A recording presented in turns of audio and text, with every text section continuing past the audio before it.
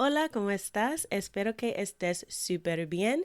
This is Tamara Marie, host of the Learn Spanish con Salsa podcast. Now, before we jump into this episode, I wanted to let you know about a special opportunity that you're definitely going to want to take advantage of, especially if your goal is to become fluent in Spanish.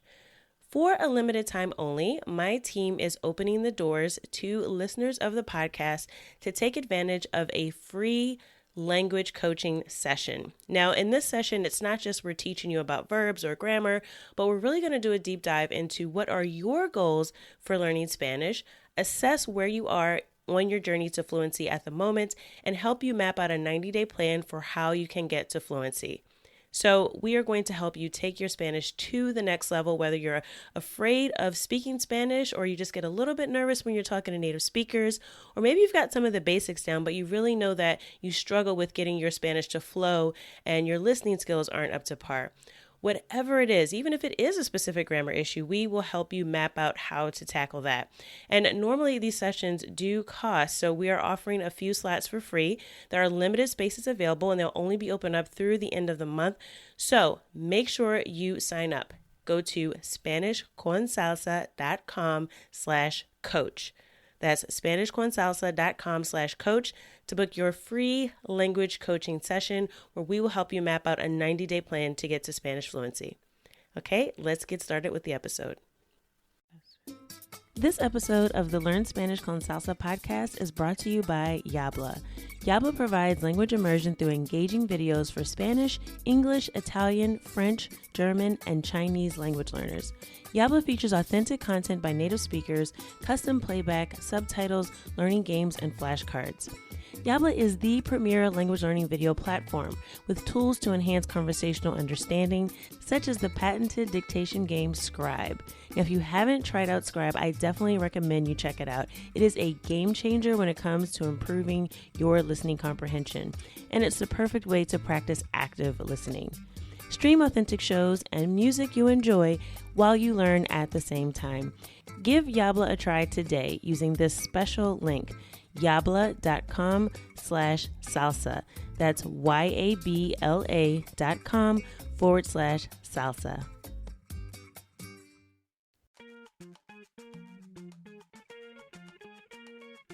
Bienvenidos! Welcome to the Learn Spanish con Salsa podcast, the show for Spanish learners that love music, travel, and culture. Close your grammar textbooks, shut down the language apps, and open your ears to how Spanish is spoken in the real world. Let us show you how to go from beginner to bilingual. Here is your host, certified language coach, Tamara Marie. Bienvenidos al episodio 89. Welcome to episode 89 of the Learn Spanish con Salsa podcast.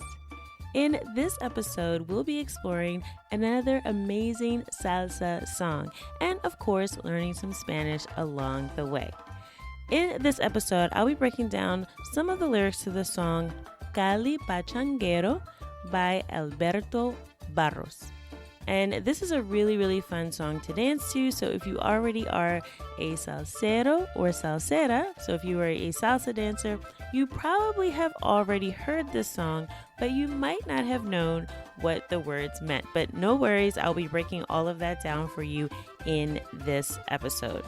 Another quick heads up, I want to let you know that if you really want to get the full lyrics to this song, as well as a translation to English and some really fun games to help you improve your listening comprehension, make sure you check out the sponsor of today's episode at yabla.com/salsa. That's YABLA.com/salsa. And you just search for the song Cali Pachanguero, and you will be able to find the full lyrics and translation, as well as watch an amazing live performance of the song. All right, so now let's get to the lyrics because there's a lot in here. Again, this is a really fun song to listen to, really great song to dance to, but we can learn a little bit of Spanish as we look at the lyrics as well. All right, so in the beginning, and this is also the chorus of the song, it starts off by saying the title, which is Cali Pachanguero. And Cali is just a city in Colombia that's very well known for a specific style of salsa dancing. It's also a really fun town. It's known for being a great place to party and have a great time. So that's really the spirit of this whole song. Pachanguero actually comes from the word pachanga.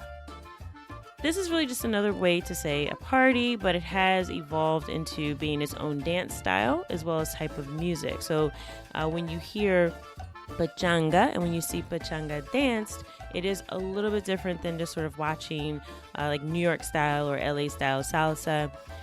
It does have sort of its own flavor. So but originally, like a lot of the words that started out just to mean like party or dance, like bachata is another example, it really has evolved to mean something more, referring to a specific style of dance and style of music. However, you can also look at it in general as just saying, having a great time and having a party. All right. So that's pachanga. Now this pachanguero is really just adding, right, ero to pachanga. Okay. And this is something that actually happens quite a bit in the Spanish language. So like I mentioned already, if you are a salsero or a salsera, you're a person who dances salsa. So if you're a pachanguero or pachanguera, you'd be someone who does pachanga. So anytime you see this ero or era, when it's referring to sort of a thing that a person can do, you're really just saying that that's the person that does that thing, right? So salsero is a salsa dancer, someone who does salsa. Pachanguero would be someone who does pachanga. Bachatero or bachatera for a female is someone who dances bachata, right? So these are things that are really common in Spanish language. When you hear that, it's sort of tacked onto things, and it really just means a person who does that thing. So another example that sort of more formal outside of like the party realm is banquero, right? So banquero is either someone who does banking or someone who makes deals. All right. So again, that's sort of really common construction. So you might hear that sort of attached to almost anything. It's like, oh yeah, I like that thing. So I'm this person, ero or era. All right. So in this case, though, because we're talking about the city of Cali, we're really kind of personalizing the city. And we're saying that Cali, the city, is pachanguero. So it's a party city almost, right? Like it's a place where you can go to have a good time. So that's really, again, sort of the whole spirit of the song. It's talking about how amazing the city of Cali is. Then it says Cali, again, busca un nuevo cielo. Busca un nuevo cielo. So it looks for a new heaven. And cielo can be translated to mean sky as well as the heavens, right? Kind of the same thing when you think about it in language. So then that sort of repeats, because again, that's really the chorus of the song, so that repeats over and over again throughout. But then the lyrics start, and he says, de romantica luna. De romantica luna. So of a romantic moon. So again, this is describing the city of Cali, and it's saying it's sort of, it's describing some of the characteristics or some of the things you'll find in the city. So de romantica luna, then it says el lucero que es lleno. El lucero que es lleno. So the bright star that is full. De mirar en tu valle, from looking at or in your valley. La mujer que yo quiero. La mujer que yo quiero. The woman that I love or that I want. All right, so again, this use of de here, de romantica luna, de mirar en tu valle. So it's saying like from, and valle in this case just means valley. So in your valley, la mujer que yo quiero. So the woman that I want. Y el jilguero que canta. Y el jilguero que canta. So jilguero is not really a common word, but this is referring to a specific type of bird, sort of a yellow-colored bird, or in English you might call it a goldfinch, and que canta, so that sings. So the yellow bird or the goldfinch that sings. Calles que se levantan. Calles que se levantan. Those streets that wake up. Carnaval en Juanchito. Carnaval en Juanchito. So this is referring to Carnival, which again is a very famous festival that happens throughout Latin America in the spring. And Juanchito is just a specific area of the city of Cali. Todo un pueblo que inspira. Todo un pueblo que inspira. So this todo un pueblo is like a whole town. So pueblo is a town. So todo un pueblo que inspira. So that inspires. So this is saying like this whole town is an inspiration, or it's sort of, the whole vibe here is just talking about like the city at night and how it's a great place to have a good time, and it sort of inspires you, it kind of wakes you up, right? So I just want to note one thing. So far in the song, there's been several different uses of the word que. So I talked about this in the description of this episode, kind of mentioned that we'll be looking at a couple different ways that this word is used. However, in this case, it's really been used so far just in one way, and this is to mean that, right? So que in a question means what, and that's the que that's spelled Q-U-E with an accent over the E. That means what, but in this song so far, it's been Q-U-E with no accent mark, so que, that just means that. So el lucero que es lleno. So the bright star that is full. La mujer que yo quiero. The woman that I want. Okay. El jilguero que canta. So the goldfinch that sings. So calles que se levantan. Streets that wake up. So far, all of the uses of que have just been to mean that. And you can usually tell that from the context, so there's no questions being asked in the song. He's really just describing the city. So from that context, if you're wondering, if you're not looking at it written, how do you tell? Is it que with an accent or not? Just sort of look at the context, right? There's no questions being asked. So this is, in this case, the use of que that means that and not what. So then it just repeats the chorus again. Cali Pachanguero, Cali busca un nuevo cielo. And then he says, es por eso que espero que en los días que lejos no dure mi ausencia. Now, I know that was a lot. I'm going to repeat it, but I said it all sort of together so you can understand why the subjunctive is used here. So let me just kind of go through that again, and then I'll break it down. Es por eso que espero que en los días que lejos no dure mi ausencia. So es por eso is it's for that reason, or that's why. So you'll find this is actually a common phrase that's used when you're about to explain something. So it's something you could also use in conversation as well. Es por eso. So it's for that reason, or this is why. So you're about to explain. Que espero que en los días que lejos. Okay, so it's for that reason that I hope that in the days that are far away, no dure mi ausencia, so that my absence doesn't last. So ausencia is absence, and no dure, this actually comes from the verb durar, which means like to last, or it's talking about the duration of time. You can think of it that way for the English word duration, durar. No dure mi ausencia. So he's saying, I really hope that my absence doesn't last long. So he wants to get back to Cali, right? So he's saying these days that he's far away, that he hopes that his absence doesn't last long. So because, again, he's expressing a hope or a desire, espero que en los días que lejos no dure mi ausencia, he's using dure instead of dura, right? So this is the subjunctive of durar. So dure, because he's saying yo espero, right? Que no dure mi ausencia. So this is, again, triggers the use of the subjunctive because he's expressing a desire, right? Then he says, sabes bien que me muero. So you know well that I'm dying, right? And again, this is figurative, like I hope, right? So he's saying, you know very well that I'm dying to get back to Cali. Okay, so now, again, so far, these other uses of que have been to mean that. So, es por eso que espero, that I hope.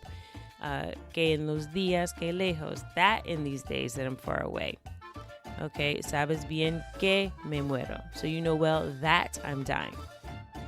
So all these uses so far have just been that. But now it's actually going to switch up just a little bit. So let's look at the next two lines and see how que is used, but in a different sense. So then he says, que todo el mundo te cante, que todo el mundo te mire. Okay? Que todo el mundo te cante, que todo el mundo te mire. So this que todo el mundo, so el mundo is the world, all right? So the whole world, todo el mundo, te cante. So this te is you, and again, he's talking to the city of Cali, so this te is like to you, to Cali. Te cante, all right? And this cante comes from the verb cantar, which is to sing. But again, the subjunctive is used here. So te cante instead of te canta, because this use of the word que really implies sort of a desire or a wish as well. But I wouldn't translate it as that, right? You can think of it as meaning espero que, right? Espero que todo el mundo te cante, so I hope the whole world sings to you.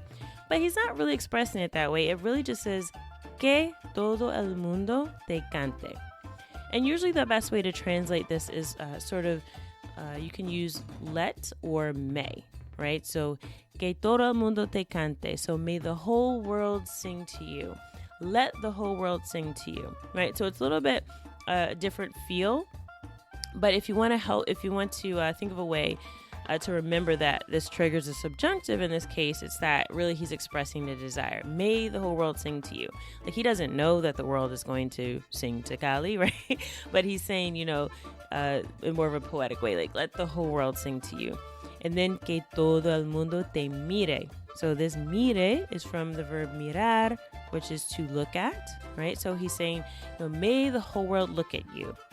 So he's really saying Cali deserves to be admired and sung to and cherished, right, in this way. So this que todo el mundo te mire, que todo el mundo te cante is let the whole world sing to you, let the whole world look at you, or may the whole world sing to you and may the whole world look at you, all right? So that's a slightly different use of que. And you'll find this used in some expressions as well, right? I could say que llueva, right, like let it rain, which again triggers use of the subjunctive. I'm just saying, hey, let it rain, right? Like I don't really have control over whether or not it rains. But sort of this let it rain is sort of my desire to just let it rain, right? So that's sort of a way you can think about it again if you're trying to figure out like why does this trigger the subjunctive? I'm really just expressing this general desire. But it's not something I'm saying 100% for sure that I know it's going to continue raining, just as much as he doesn't know that the whole world is going to start singing to Cali, okay? So it's really these grand gestures or expressions of hope and wishes, all right? So that's why it triggers the subjunctive. And then he says, celoso estoy pa que miren. Celoso estoy pa que miren. So celoso is jealous, right? So celoso estoy. So he's saying estoy celoso, all right? But you can really change this word order in Spanish, right? So celoso estoy, it's almost saying like how jealous I am, instead of just saying estoy celoso. So celoso estoy pa que miren. So it's because they look. So miren, all right? So again, this comes from mirar. He's jealous for them to look at, for them to look at the city, right? So he's really almost personifying Cali as almost like a woman, right? It's like, oh, I'm so jealous that all these people are looking at you. No me voy más ni por miles. No me voy más ni por miles. Okay, and this is a little bit difficult to translate word for word. So again, I kind of look at this as a phrase. So starting with the no me voy. So this me voy is leave, right? So I leave. So no me voy is I'm not leaving, right? I won't leave. Now this más ni por miles is best translated as like not even for thousands. Like so miles, and like mil is 1,000. Right? So he's really saying that he really doesn't want to leave again. Más ni por miles, not even for 1,000. So nothing is going to get him to leave again once he gets back to Cali. Okay? So again, there's a lot more to this song, but I hope this gives you a little bit of insight into how to use the word que, like a few different ways that que is used in Spanish, as well as a few things that trigger the subjunctive that may not have been straightforward before. I'm hoping that you get the idea with the subjunctive that it's something you're not sure about, that you're expressing wishes and desires for things that you don't know if they will happen or not. So that's kind of the subjunctive mood and why it's used. And here are a few examples in this song that hopefully gave you some more insight into the use of the subjunctive, okay?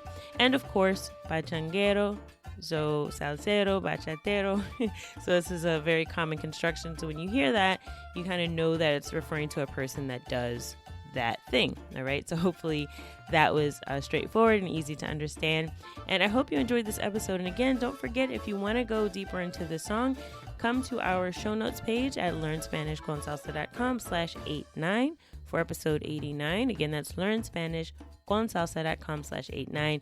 And you'll be able to see the video for the song, as well as if you want to get the full lyrics and translation, become a supporter of the podcast.